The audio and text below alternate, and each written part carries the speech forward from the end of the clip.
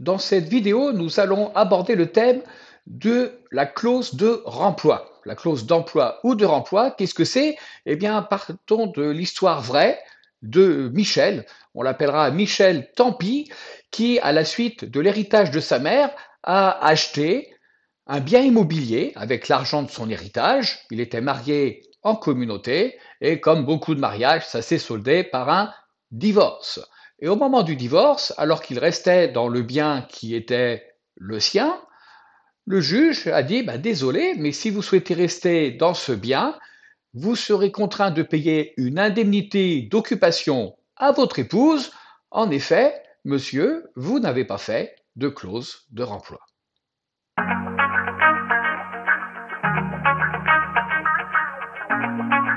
Bonjour, nous allons parler des biens propres. Ça concerne les personnes qui sont mariées sous le régime de la communauté.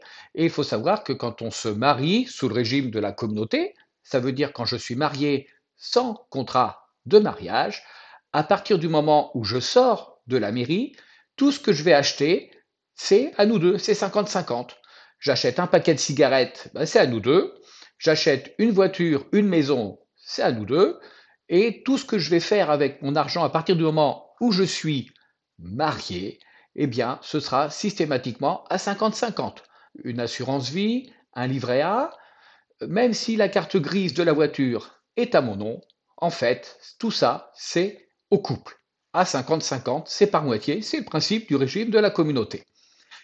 Il y a néanmoins, à l'intérieur de ce patrimoine, on va avoir des masses qui s'appellent des masses dites propres, les biens propres. Et qu'est-ce que c'est? Eh bien, c'est l'objectif ici d'en parler.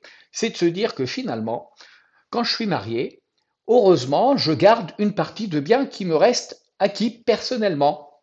Il s'agit des biens que je possédais avant le mariage. Il s'agit des biens que je reçois par donation ou succession, qui restent donc les biens d'héritage, c'est à moi. Les effets personnels, bah évidemment les vêtements. Si demain je me sépare avec mon épouse, je n'ai pas envie de repartir avec ses robes et ses sacs à main. C'est aussi bien que chacun garde ses affaires. Donc les effets personnels, les vêtements, les instruments de musique, les bijoux, bref, tout ce qui nous appartient, et ça va même inclure les outils professionnels.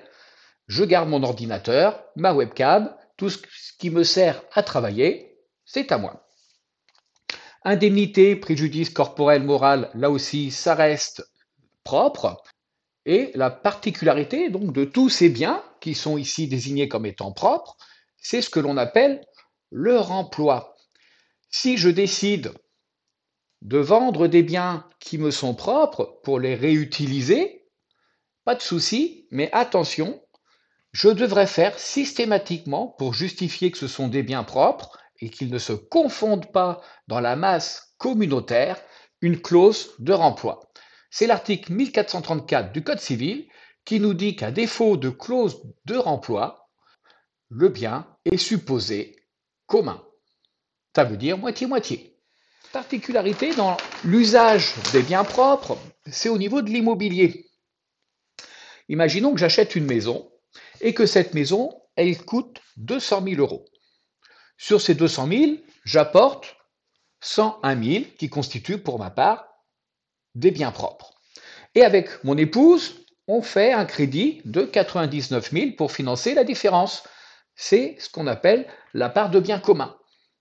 Dans la mesure où la quote-part de biens propres est supérieure à la quote-part de biens communs, le bien sera considéré comme propre, attention, sous réserve d'avoir fait la clause de remploi.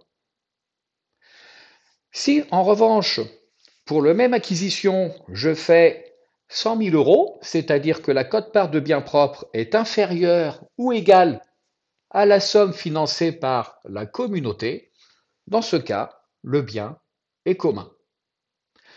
En cas de divorce, on peut bien sûr récupérer ce que l'on appelle la récompense, quand à chaque fois que d'entre la communauté, on aura eu des mouvements de fonds entre les biens propres et les biens communs, mais encore faudra-t-il pouvoir justifier que l'on avait bien utilisé, au moment où les opérations étaient faites, de l'argent qui nous appartenait comme étant de l'argent propre.